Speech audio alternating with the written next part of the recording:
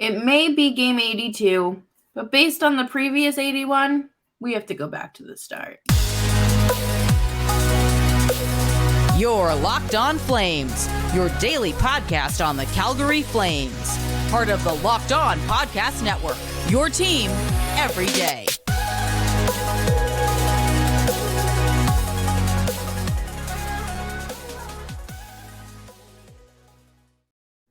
Hello, everyone, and welcome to Locked On Flames. As always, I'm your host, Jess Belmosto, joined by my co-host, Nick Zararis, and today's episode is brought to you by Gametime. Download the Gametime app, create an account, and use code LOCKEDONNHL for $20 off your first purchase. Nick, you have a really good outline for the show today. I think that, looking at things, hindsight's always 2020, so we have to go back and talk ourselves into and maybe out of these false expectations, and of course examining the brutality of one goal game losses. But before we do that, make sure you're subscribed to Locked On Flames wherever you get your podcasts, and of course on YouTube, because we are here for you, your team, every day. How is it already game 82? Like, we've already accepted that there's no playoffs, but it's the end of the season.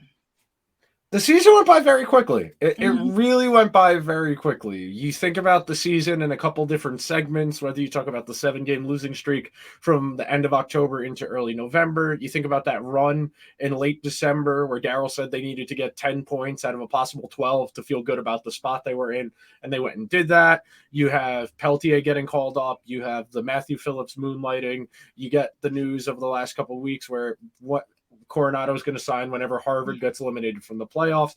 And you have individual flashpoints that kind of pop up in your head that are really your only barometer of time.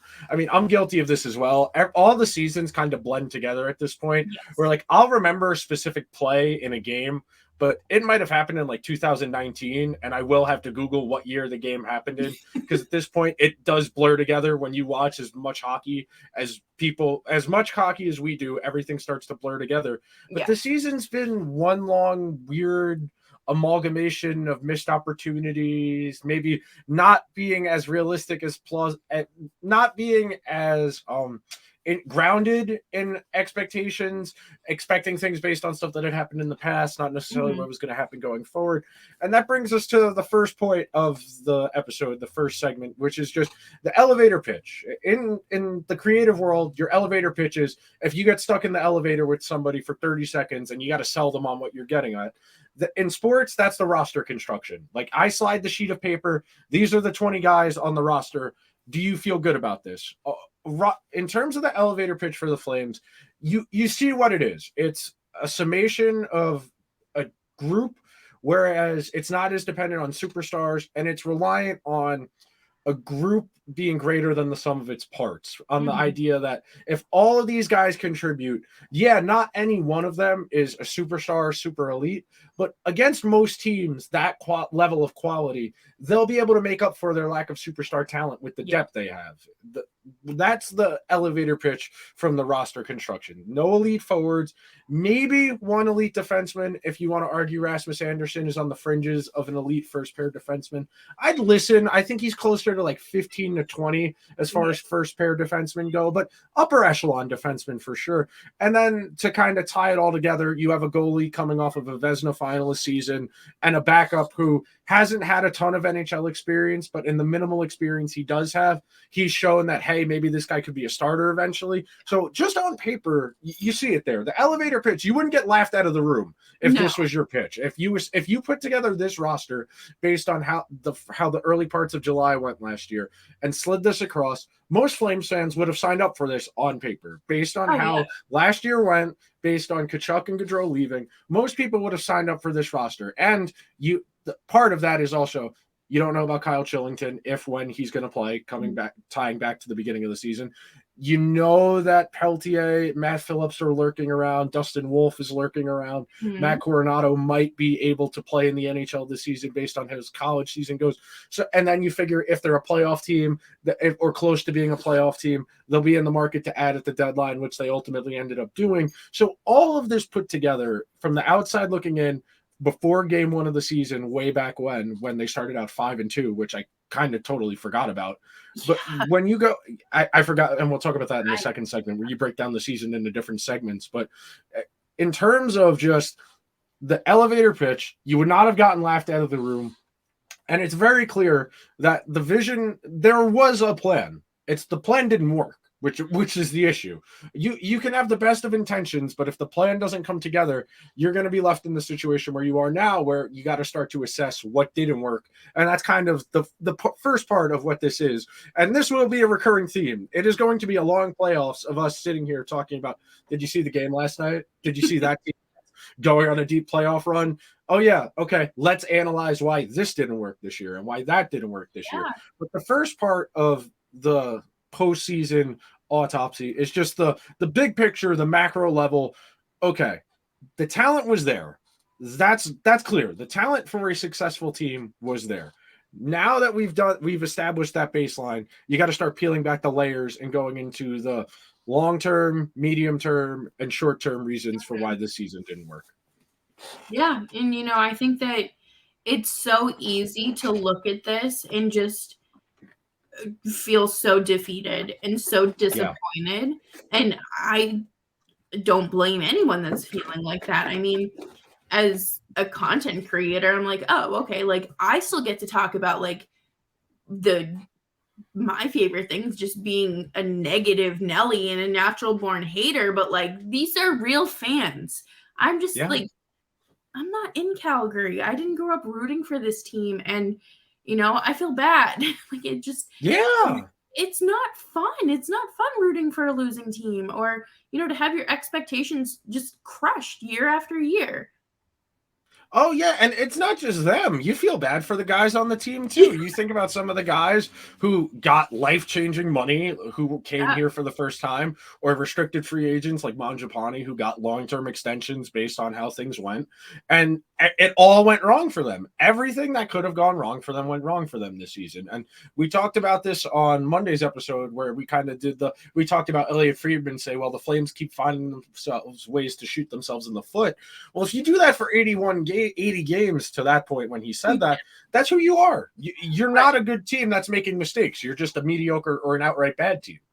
Right. And it's not just you making like silly little flubs. Like every team like hits bumps in the road. Like most teams go on like a little bit of a stretch where they don't look anything like they have. And unfortunately, we only saw the opposite of that, where the Flames showed us little sparks of who they might be, out of the good performances. But, it all comes down to, I don't know. This is like you said, the beginning of the autopsy, and we have a long offseason ahead of us to really dive deep and to figure out the root of the problems and get there. Hopefully a resolution or something that we can elevator pitch to I'd say our good friend Brad Treliving, but we don't know if he's going to be there. That's a whole another episode in itself. But coming up next, we are going to talk about just some splits from the season and analyzing January to November and all those fun 31 goal losses. But before we do that, I do want to tell you about our friends at Gametime. I am so stressed about buying playoff tickets. I'm trying to go back to Boston. I might have to sell my kidney, but I might not have to do that with Gametime, because Gametime finds the cheapest tickets for you, and it's not stressful. All you have to do is go through the Gametime app and find out about some upcoming events, whether it's concerts, comedy shows, obviously sports, and there are flash deals and last minute tickets for you waiting right there on the Gametime app. Forget planning months in advance. Gametime has deals and deals on tickets right up to the day of the event. And for any of you who are going to concerts this summer and there's like multiple days, go to the last day because you'll get cheaper tickets. And you will probably find that on Gametime as well. Download the Gametime app, create an account, and use code LOCKEDONNHL for $20 off your first purchase. Terms apply. Again, create an account and redeem code LOCKEDONNHL for $20 off. Download Gametime today. Last minute tickets, lowest price guaranteed. Thank you, everyone, for hanging out with us today on Locked On Flames. Make sure you're following the show wherever you get your podcasts. We're free 99, and why not listen to us all summer? It's a good time. Summer content is both the most frustrating and also the most fun to do because it's the summer. You can come in with just an absolute ridiculous idea and do an entire 30 minutes on it because it's the middle of the summer. And like, if you've had like 2 drinks, you could maybe be like, I believe this. Yeah. That's kind of how I look at content creation as far as the summer goes. And there's a lot to unpack here. The Flames are going to be one of the more intriguing teams this summer with a lot of decisions to make, especially considering the most important decisions aren't actually about the players on the team. It's about the people who are going to make the decisions about the people on the team. But we're going to talk more about that in the third segment. So this second part of the episode, I just wanted to break it down month by month and with a few key splits. So October, 5-2 out of the gate. You feel pretty good. You have wins against the Oilers in there. You have wins against the Penguins in there. And then end of October is where the skid starts. They lose the 28th, and then they lose 7 in a row. They lose to the Devils in there. They lose to the Islanders in there. And they get off that 3-0 lead that they blew. The Devil? No, the Islanders one? The Islanders one was a little later than that. Okay, I was going to say, how on earth was that long ago? Anyway, sorry to interrupt. No, you're fine. You're fine. And then, so 6-7-3 in November, which includes 5 of the 7 losses in a row. 8-4-4 December, which the 10 points in 12 games that Darryl talked about. 6-4-2 in January, and that's about when we did our will they or won't they make the playoffs episode, was the beginning of February. So coming off of December and January, felt reasonably confident that they would make the playoffs, that they would add. February 3-4-4. That's kind of where they missed opportunities against teams that aren't particularly good, which is another thing coming up. 8-5-2 in March, and then 2-1-2 in April, and of course they have 1 game left against the Sharks. Assume Dustin Wolf is going to play, which is your only real reason to watch. But as far as the splits go, it's a lot of inconsistency. You get the 1 really bad losing streak. You don't really get any great winning streaks. Their longest win streak this year was 5. That was quite a while ago. They didn't win more than 2 games in a row between, I want to say, December and early March, something to that degree. So it's just all of those. If you're just looking at the record, you're going to see, okay, this is a mediocre team. But when you peel it back a little more, like you had mentioned, 30 losses in 1-goal games, 18, 13, and 17 in 1-goal games this year. Against playoff teams, 18, 13, and 7. That's missing the games of 1 opponent, because in the East, the playoff field isn't set yet, so I didn't count the Islanders or the Penguins. Whenever that gets settled, we'll be sure to put an addendum, and I'll be sure to touch on whatever the record was once we figure out who's going to make it of the Penguins and the Islanders. That gets decided tonight. The Islanders get 1 point in their game tonight. They're in. If they don't, and the Penguins play tomorrow, if the Penguins win tomorrow and the Islanders don't get at least 1 point tonight, the Penguins would get in on that scenario. And then against non-playoff teams, 16, 13, and 8. 16, 13, and 8 against non-playoff teams this year. That includes multiple losses to the Ducks, to the Sharks, to the Blackhawks. That's your season right there. That is your season right there in a snapshot. Yeah. If you want to talk about like the individual reasons within those games as to why they lost, then you could start peeling it back more. But you got to take care of your business against bad teams. That's the biggest thing. And one of the reasons I personally feel that it's on the coaching staff, the leadership, because those are games where you have more talent than the other team. So when you have more talent than the other team and you still aren't winning, you got to peel it back. And is it our approach? Is it our mindset? Is it our philosophy? all of those intangible things, the preparation stuff, the stuff that happens away from the game, when you are not in the 60 minutes of the actual game, when you're at practice, when you're at training, whatever, that's where you win and lose these games. And that type of record against non-playoff teams tells me that attention to detail, focus, looking ahead, not taking opponents seriously, that's a real issue. If you are going 16, 13, and 8 against non-playoff teams, and that doesn't include 2 more games, which are, like I just said previously. So there will be 2 more games added to that ledger based on what happens with the Islanders and the Penguins. And then against the division, 17, 6, and 4, which is not bad, which is pretty good in division. But you've got losses to the Sharks and the Ducks. It's great that you were able to beat some of the better teams in your division, that you gave Vegas decent games. You were able to drag them to overtime, that you were able to drag the Kings to overtime once or twice. But because you are losing to the bad teams, that tells me that it is a focus issue. It's a preparation issue. And that is fixable stuff. And the fact that it persisted the entire season tells you that there's a disconnect there. And we've been talking about this for months now, that there's clearly a disconnect between the staff and the team, and it manifests itself in how they play in these games against not good teams. Yeah, 100%. And, I think it was hard for people to kind of buy into the rift early on because there wasn't like a large sample size of what was going on.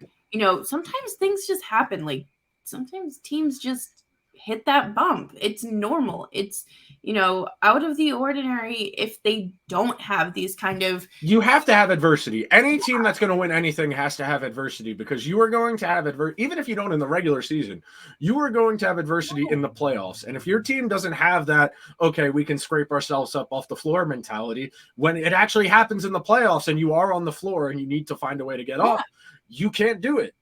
That adversity is a built-in part of any team's journey to becoming a championship team. You need to face that adversity. And the Flames never found a way to face that adversity in a productive way.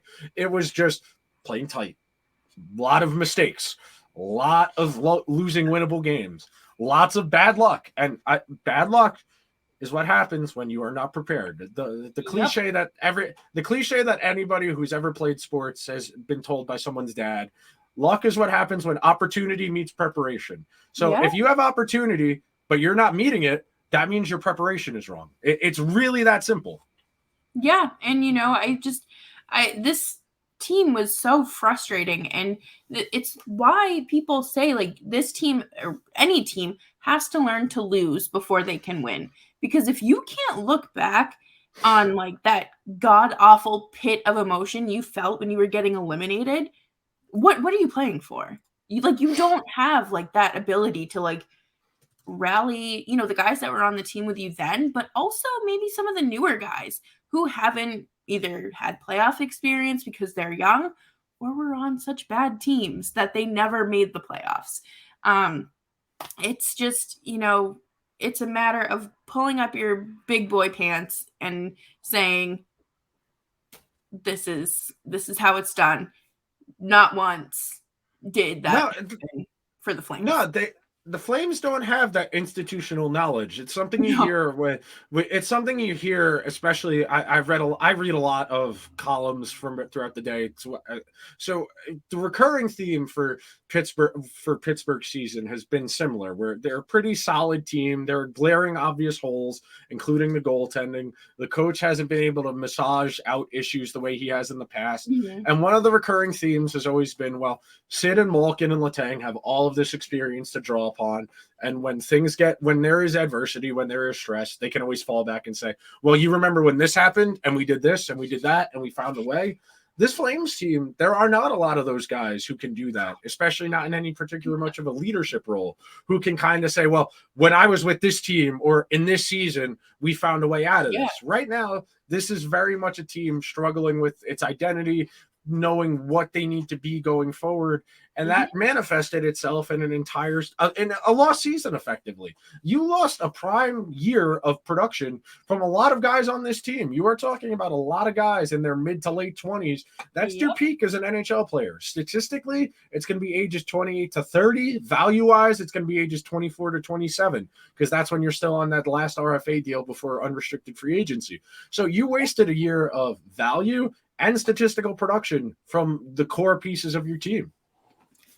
And that is on the fault of, it's on everyone's shoulders, but, you can only do so much to prepare and to go out there and do what you need to do. But also, if there aren't people setting you up to be in a good position to succeed, it's not going to be impossible, but it's going to be a lot harder. And we're going to talk about some of those personnel, wonderful decisions, and what the offseason could, mean for some of these guys. Coming up next. Thank you, everyone, for hanging out with us. Make sure you're following us on Twitter to stay up to date on our summers, I guess, and the latest Flames news and playoffs at Jess Belmosto and at Nick Zararis. Brad Treliving was down on the benches at practice today. Did you see that? I did see more than one person tweeting about that. Yes. That is the single most interesting thing to me. Before we talk about like the big picture, like I titled this in the outline, setting the table.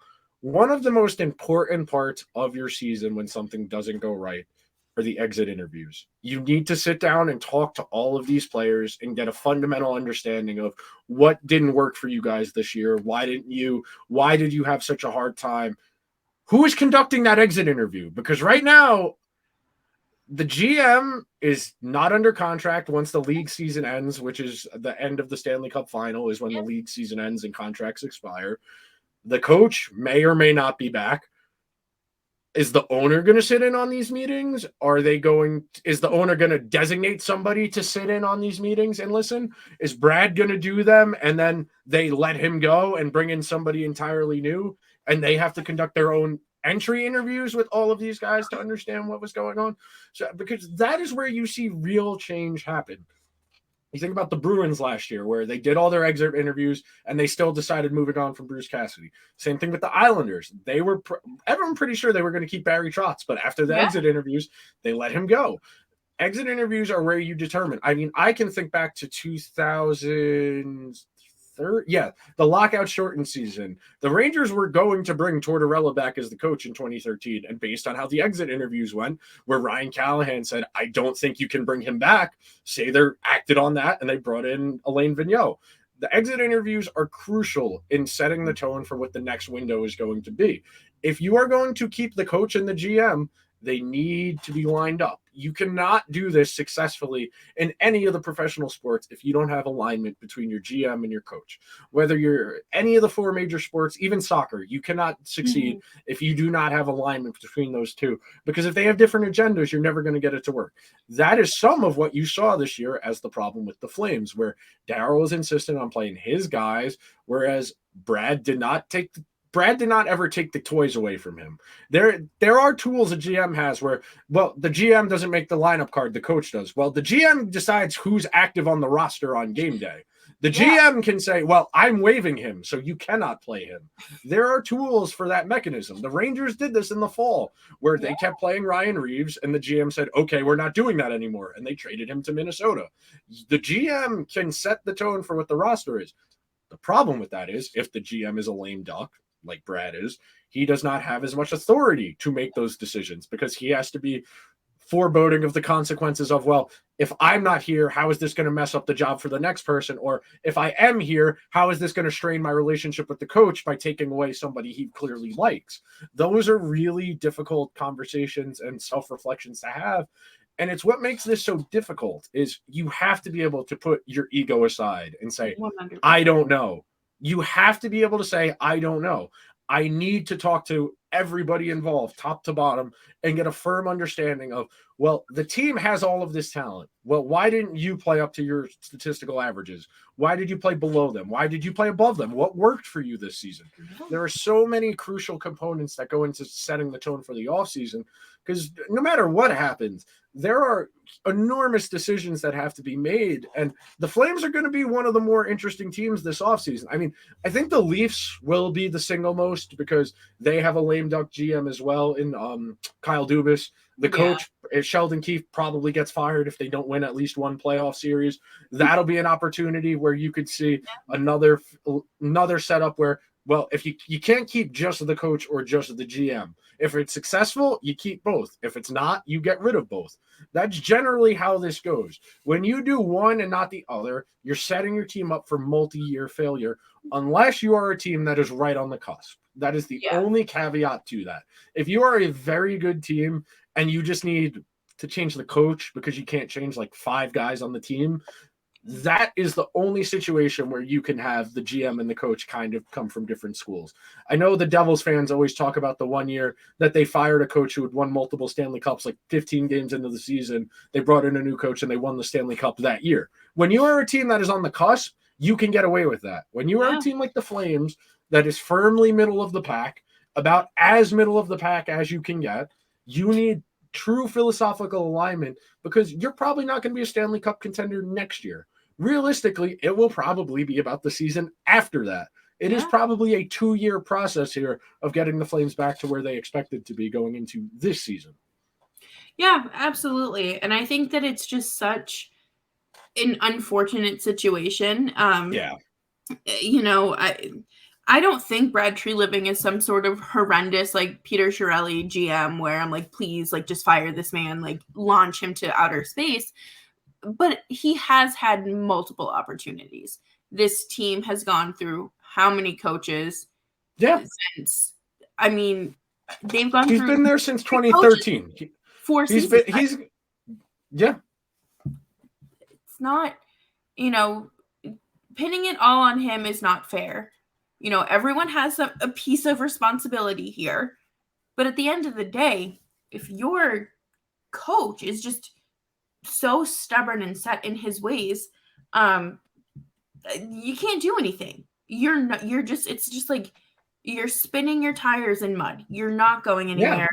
It's so frustrating to watch because this roster could have been so much more.